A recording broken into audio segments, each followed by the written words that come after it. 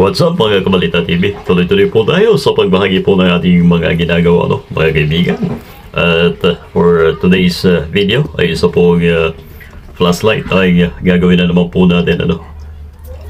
At ayaw daw pong umilaw ng isa na to mga kaibigan. Subukan po natin kung kaya po natin restore ay dati niya pong function mga kaibigan.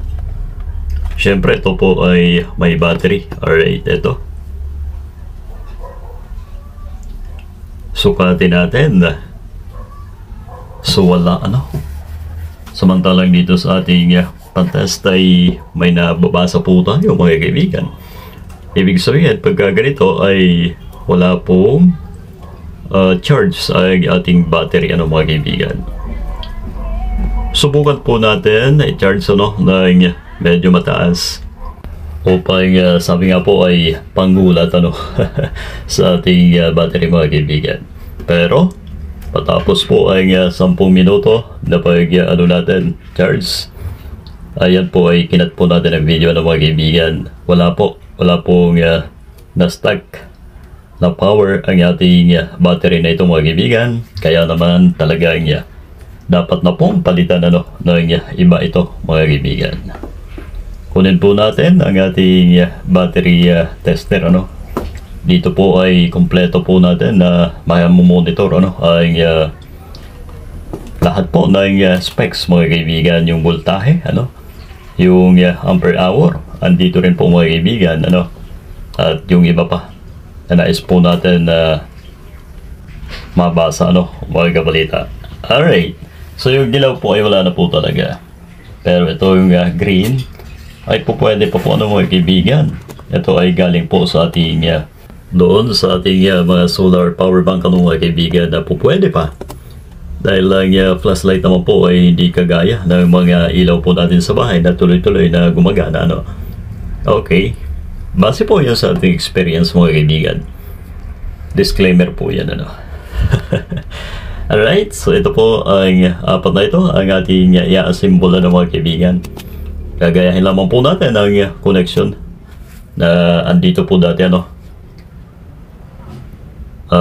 join two batteries as one mga kaibigan. At ang prinsipyo na ito ay pinag-isa mo ang dalawang battery mga kaibigan sa parehas na position. Ibig sabihin ay parallel po yan mga kaibigan, pantay. Ang nais po i-obtain sa ganitong klase ng connection mga kaibigan ay yung current, mabuboost ang current natin. And then pag na-parallel na po natin ang dalawa mga kaibigan ay saka naman natin i-series at ang aim naman yan ay i-boost ang ating voltahe mga kaibigan. Alright, sabi nga ng principle ay parallel connection ay current increases but voltage remain the same mga kaibigan. At doon naman sa series po natin, voltage increases and current remain the same mga kaibigan. Alright, so yun po ang ating simple na prinsipyo dito sa ating connection na ito mga kaibigan. Ayun, so po pwede na po. Lagyan po natin ng glue upang hindi maghiwa-hiwalay, Alright, para lang tayong bumalik na ito sa basic. Pero pagka ganito mga kaibigan, kahit flashlight lamang po yan, pag natanggalan po yan ng isang wire dyan, ay mahirapan po tayo i-trace. Sa atin lamang yan, sa iba ay master na yan mga kaibigan.